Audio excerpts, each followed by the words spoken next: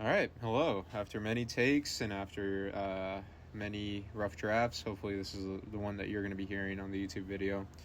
So I just want to dive into this little orgo review, review some of the concepts that you're asking me about, and I also wanted to throw in IUPAC naming because I, in my personal experience, feel like colleges and professors can do a pretty shitty job of explaining IUPAC naming. So I just wanted to have that section in there because it is important to get familiar with the nomenclature for the molecules that you're going to be looking at this semester. So diving right in, taking a quick drink of water. I wanted to make a quick disclaimer before we hop into it. And this disclaimer kind of has to go with the way that molecules used to be named. And the way that molecules used to be named was pretty erratic. People had very different ways of naming molecules. And the reason that IUPAC came around in the 70s was to standardize that and to make it easier for people to name it and all chemists could agree on a name. Because there wasn't a standard naming system until that time, a lot of the common names for molecules are still used, and they're used pretty interchangeably with their IUPAC names. So if you ever see the same molecule with two different names, know that one is going to be the IUPAC name and the other one is most likely going to be the common name. So I wanted to provide two examples of this. This first one, this ketone over here. Let me turn on my pencil first. This ketone over here, you can recognize this as acetone. Acetone is a common name for it. You probably know it as nail polish remover or the liquid that you're going to be using to clean a lot of the glassware in the lab whenever you finally get to lab. So acetone is the common name for it. However, that IUPAC name is 2-propanone. I'll get more into how to name it here in a second, but just showing that the same molecule can have two different ways of naming it. More than likely, you're going to hear this being called as acetone. Another example is this benzene ring. Benzene, I drew the circle just to show it's aromatic. However, benzene just looks like this. You've probably already seen it.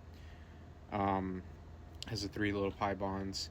And benzene is the common name for it that was used before IUPAC, and it's still pretty commonly used. However, if we were going to name it using IUPAC nomenclature, it'd be 1,3,5-trihexene. So just two names for the same molecule, common in IUPAC. If you ever see something that your professor will call one thing and then call another, but it's the same molecule, just know that they're most likely referring to the common naming. And just wanted to disclaim that before we actually get into it. Now I just want to get into a review of alkanes. Now alkanes are going to be your base for organic chemistry, right? This is kind of the foundation from which everything else is built up. And it's very important to get familiar with alkane nomenclature because this determines, IUPAC nomenclature for more complex molecules. So all structures that you will see in organic chemistry will have some sort of a carbon chain, right? Organic chemistry has to do with the study of carbon. So because of that, all the molecules that you're going to see are going to have some form of carbon one way or another. And a structure that only contains singly bound hydrocarbons are called alkanes, right? And alkanes are going to be your, I put some examples down there, but the way they're going to be named are as follows. 1 carbon is going to be methane, 2 carbons is going to be ethane, 3 is going to be propane, 4 is going to be butane, 5 pent, 6 hex, 7 hept, 8 oct, 9 non, 10 dec. Now you can probably see a little bit of a pattern with this, and the first 4, that kind of comes from the common naming. That doesn't really have any rhyme or reason why it's called methane or ethane. However, once you get past 4, the prefix for this is always going to be the Greek prefix, so pent, hex, hept, oct, non, dec, and you can go on and on and on. But the first 4 are really the ones you're going to have to memorize. After that, you can kind of just, you've probably seen a lot of these Greek prefixes before, so you're probably pretty familiar with them. And the suffix ane just has to do with alkane.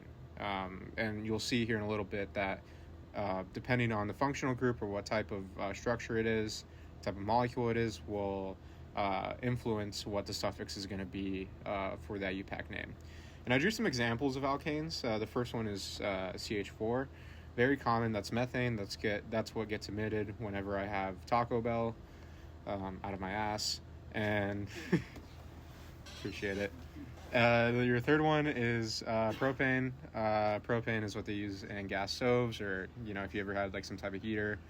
Has 3 carbons, 1, 2, 3, and just from Lewis structures that the hydrogens are going to be inferred. You don't have to draw them out, but if I were to, they'd be like that, right? And then the next one is 1, 2, 3, 4, 5, 6, 7. That's going to be heptane. So those are some of your common alkanes. Another note about alkanes is that they're not reactive by themselves. They can combust, but that's how internal combustion engines, cars are powered. But they're not going to react. You'll never see an alkane by itself in a reaction unless it's under very specific conditions that your professor will definitely walk through you with. But generally, your alkanes, your hydrocarbons are going to be non-reactive in most of the reactions that you're going to see this semester. So another thing that I want to note is that hydrocarbon groups that are bound to but not a part of the main chain contain the suffix ol, YL, right? So you'll hear people talking about methyl groups, ethyl groups, propyl groups, and isopropyl groups. So they have the same prefix as your alkanes, right? Meth being the prefix for 1 carbon, ethyl being the prefix for 2 carbons, propyl for 3, and then isopropyl for 3 as well. And I drew some structures out right here. If you're ever wondering if you see this R, the R just means some organic group, right? It can be anything. And generally, whenever chemists are trying to draw a specific part of a molecule, but they don't want to draw the whole thing, they'll just draw R and then the thing that they want to actually draw out. So it's a shorthand that we use, so don't get confused with that. But anytime you see any hydrocarbon group that's bound onto the main chain, for instance, I actually have an example here later. You're just going to replace, instead of saying ethane, they'll say it's ethyl, and that'll be part of your broader name that you'll name the molecule as. So the only one here that doesn't really make sense is the isopropyl. That's the one I kind of struggled with at the beginning. This little Y shape.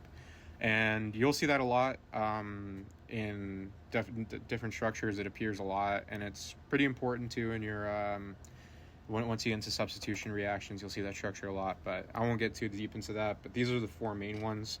You can definitely see others, but not as common. I would say these are probably the only ones you're going to see this semester.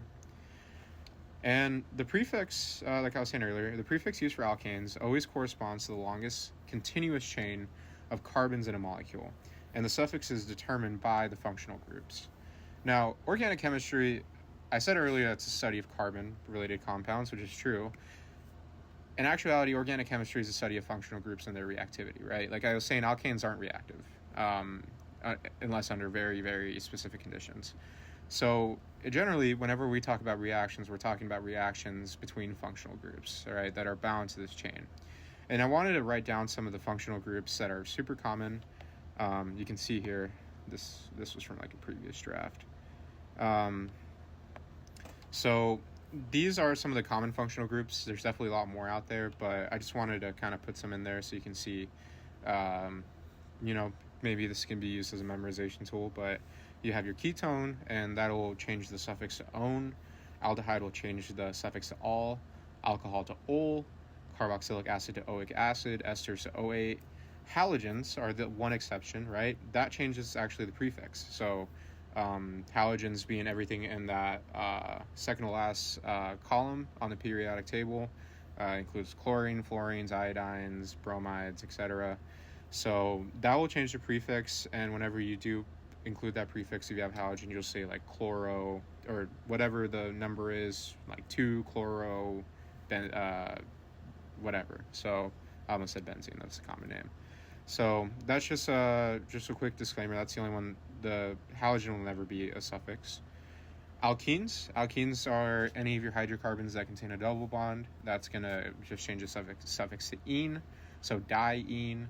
That's a very common one that you'll probably see later. Alkynes, very similar to alkenes, just a triple bond. That'll just change the suffix to -ine. And ethers will change the suffix to oxyane. Like I said, there's a lot of other functional groups. There's amides, there's amines, there's nitrile groups. Like there's a lot of other groups out there that all have their own, very specific suffixes. The best way to approach this is flashcards, memorization. People will tell you in chemistry that they want you to understand the concepts, and then, you can go from there. With this stuff, this is probably the one exception to that rule. This stuff, it's very good to memorize, and, being able to recognize a lot of this stuff will make your life a lot easier. So whenever you actually name a compound, this is kind of the steps that you go through whenever you name it. So the first step that you want to do whenever you're presented with some type of molecule is you want to identify the longest continuous carbon chain in the molecule. And this is going to determine the alkane prefix, right? So the meth, the eth, the prop, bute, pent, whatever. So I have two examples here to kind of show you how, we can identify the longest carbon chain. So on the left, I drew the blue dots to indicate carbons in both sides. And if we count the blue dots on the left, we have 1, 2, 3, 4, 5, 6, 7. And that is a 7 carbon chain. If we look at the right, we have 1, 2, 3, 4, 5, 6. So it might be tempting just because the vertices kind of look like they're in a straight line, be like, oh, that's the main chain. And the top group, right, this propyl group is sticking out on top of it, this one right here. However, since it's all part of the same molecule, we want to be able to identify which in the molecule is the longest chain. And whatever number gives us the biggest number, that's going to be our main chain, and then we work from there. And I do want to put a quick disclaimer on this. If you encounter a molecule, and let's say I added, actually I'll draw it right here. Let's say I added another carbon, right? So that means that this chain is now also 7 carbons, right? So 1, 2, 3, 4, 1, 2, 3, 4. And you say, well, there's, 2 separate carbons on here. There's 2 7 carbon chains that are possible. Which one am I going to pick? The answer to that is you're going to pick the one that has the least bulky or the least amount of groups attached to the chain, right? So in both cases, we have one group attached to the chain, right? So let's say if there was, for whatever reason, like a methyl group over here, then we'd say, oh, wait, this has 2 attached to this chain. We can't use that one, right? Because this one has 1. In this case, they both have 1 group attached to the chain. And now we look at the group itself. If we look on the left, this group attached to the chain, I'm actually going to use green for this one, has 2 carbons. This group has 3 carbons. So you always want to go with the one with the least amount of carbons. So in this case, our leftmost example has 2, that'll be an ethyl group. Our rightmost example has 3, that'll be a propyl group. We want to pick the smallest one, so we're going to go with our ethyl group, therefore our first option. So because it has 7 carbons, the prefix is going to be hept. Now, the second step is you're going to identify any non-hydrocarbon functional groups if present. And one of the things we see here is that we don't have any non-hydrocarbon functional groups, right? We don't have any double bonds, triple bonds. We don't have any of the other functional groups that we talked about. So they're all singly bound hydrocarbons. We can skip that step for this example. And the third example we're going to have is we're going to determine if any hydrocarbon functional group is present. Now, I redrew the structure down here, and like I was saying earlier, we do have a group attached to the main chain, and that has 2 carbons. And how I was saying earlier, any hydrocarbon group attached to the main chain is going to have the suffix YL. So this is going to be 2 carbons, so it's going to be an ethyl group, right? So that's going to be part of our naming. Now, your fourth step, and probably one of your most important, is you're going to determine the start of the chain to give the lowest positional number to the attached groups. So what does this mean? So once you identify the longest chain, right, you have 2 ends, right? And you can really start on either end. And what you're trying to do is you're trying to figure out, okay, I know this group is attached here. If I start from left to right, where does the smallest number occur first? And what I mean by that in this example is if I start at the top, I can be like, okay, this is carbon 1, this is carbon 2, carbon 3, and this one's attached at carbon 4. So that means that starting from the top down, the attached group is at the 4th position. Starting on the left, carbon 1, carbon 2, carbon 3, also at the 4th position. So it doesn't really matter where you start, right? Because it ends up at the same place. Now, if I were to add, let's say, a methyl group up here, for whatever reason, to both sides, just for the sake of this example, you'd see that if you'd start at the left, 1, 2, 3, you start here, 1, 2, 3, 4, you would see, okay, we have our first attached group at the 4th position.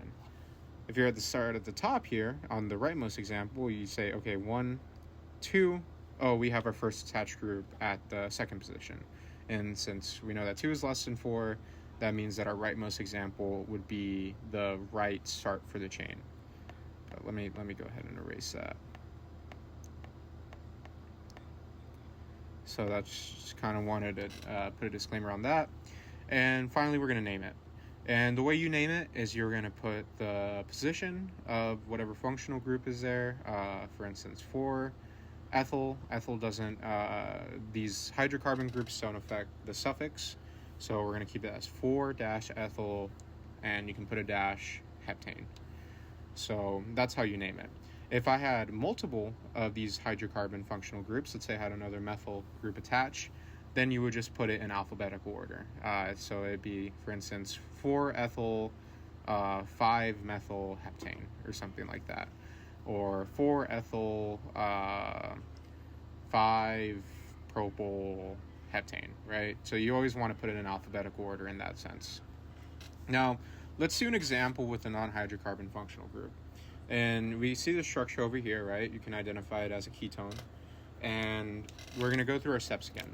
So the first thing we're going to do is we're going to identify the chain. Now with this example, it's pretty easy. There's only one real possibility, and that are these blue dots on the vertices. And we can see that it has 6 dots, so that's going to correspond to the to the prefix of hex for 6. And the second thing, we're going to identify any functional groups that are present, right? And what we see here is that there's 2 ketones, and there's nothing else, right? There's nothing. If there was something sticking out over here, we'd say, oh, wait, there's a, let's say that was like an NH3 or something like that. We'd be like, oh, wait, there's that group there, like an ammonium functional group, but there's not. So the only ones we have are ketones. And the third step we're going to do is we're going to identify any hydrocarbon functional groups. We don't have any here, right? If we had, let's say, a methyl sticking out here, we'd be like, oh, wait, that's important. We need to identify that, but we do not. So we just have these 2 ketones. And the fourth step is we're going to identify the position. So the position, right, if we start from left to right, we say, okay, we have nothing at the first, and we have something attached to the second. If we start from right to left, we'd be like, okay, nothing at the first, nothing at the second, we have something at the third. Since going from left to right gives us the smallest number, we're going to start from left to right. So that means we have a ketone at the 2nd and the 4th position. Now, since ketones, since these non-hydrocarbon functional groups do affect the suffix, we are going to put the "-one" for ketone in the suffix. And this leads us to the name. It's hexa. Hexa being the... I should have put hexa over here, sorry. So hexa being the prefix for the alkane, right, for the 6 carbons. And then we have ketones at the 2nd, at the 4th position, so hexa-24-dione. And I want to make the di very clear. If you ever have more than one of the same functional group, you're going to put di or tri. You probably won't see 4, you probably won't see 5. So you're going to put it right before the "-one" part. So the full name of this is going to be hexa-24-dione, or some people like to call it hexane 2,4-dione. It really depends on who you're talking to. Some people are picky with this, some people are not. Again, there are actually variations with the NIUPAC itself, and that just has to do with, chemists are people, and people can disagree on stuff sometimes. So Both of these examples are technically correct. I prefer the first one because it's more correct to the actual IUPAC naming. So I would say it's hexa-2,4-dione. And just again, I added a note. Whenever there's more one of the same functional group, use di or tri, right? So if these were alcohols, you'd say diol. If there were 3 alcohols, you say triol. If there's 3 ketones, you say trione. So they just modify the suffix, and just wanted to make that clear. So going into the next example, I drew a little bit more of a complicated structure, and this one's a ring. So anytime that you encounter a ring in organic chemistry, you're only going to count the carbons that are actually part of the ring, right? If there's stuff sticking out to the side, that's not part of the ring, right? Let's say, for instance, on this structure, if there was like a boom, boom, boom, boom, boom, you'd probably be tempted to say, wait, isn't this the longest chain? 1, 2, 3, 4, 5, and then going all the way around the ring. I would say that is probably the right intuition. However, whenever you're dealing with cyclical structures, you only count the vertices that are part of the cyclical part. So in this case, we count the vertices on the ring, and we have 1, 2, 3, 4, 5, 6. So the longest chain is going to be 6, and that's going to correspond to the prefix hex, right? And the second part is going to identify any of the non-hydrocarbon functional groups. We can see here that there are 2 alcohols at the top and at the bottom, right, over here and over here. And then we also have a alkene, right? We have this double bond, so that means there's an alkene in here as well. So finally, we're going to identify any hydrocarbon functional groups, and we do have a methyl group sticking out over here. So far, we know that the longest chain is 6 carbons. It's cyclical. We have 2 alcohols. We have a double bond, and we also have a methyl group sticking out. Now, the hardest part is going to be the positioning. So since it is cyclical, you can start anywhere on the ring and try to find the smallest number. So I always like to start at the top and kind of go from there. So if we start at the top here with example 1, and I'll name this example 2. If you go from left to right, we have something at the first position, right? And in example 2, we also have something at the first position. Now, just looking at example 1, if we go to the second position, we have that methyl group, boom. If we go to the third position, we have nothing. If we go to the fourth position, we have an alcohol. At the fifth position, you always start where the double bond starts. So we have something at the fifth position, nothing at the sixth, and that goes all the way back up to the top. Now, in the second example, if we going from left to right, we have something at the first, we have something at the second. Don't have anything at the third, right? Because we only count the double bond from where it starts relative to where we're starting point. But we don't have anything at the third position. We have something at the fourth, nothing at the fifth, and we have that methyl group at the sixth. So under 4 over here, I put the 2 options, right? We either have something at the first, second, fourth, and fifth positions, or the first, second, fourth, and sixth positions. So which one are you going to choose? Now, if you said the first example, I would say you're right. And the reason is that we always want to choose the smallest number. Now, you can see here that 3 of the numbers are going to be the same, right? So you kind of just keep going, right? If there's something at the first position for both, okay, go to the next one. Oh, there's something at the second position for both, you go to the next one. There's something at the fourth position for both, you go to the next one. Now, when you find a discrepancy, saying like, okay, well, there's something at the fifth position here in the first example and something at the sixth position in the second example, you always want to go with the smallest number. So that means our first example, when we go from left to right, is going to be the proper positioning for this molecule. Now, we go into the naming part. We put our hydrocarbon functional groups first as a prefix. We have a methyl at the second position, so it's going to be 2-methyl dash cyclo. Cyclo is the prefix for the alkane prefix. Sorry, there's a lot of prefixes to prefixes. Cyclo just means it's cyclical, and anytime you see a ring, it could be something. Ooh, sorry, I didn't mean to do that. Anytime you see something like this, right, like a pentagon, or you can even be like a. I'm not going to try drawing the one with like 8 sides, but hopefully you get my point. Anytime you see something that's cyclical, you're just going to add cyclohex or cyclohept or whatever. and that'll be your modifier for that. And then you're going to do cyclohex dash 5 ene dash 14 dash di, since there's 2 alcohols, ol. And you might be wondering at this point, how do I know if I'm going to put the ene in front of the ol?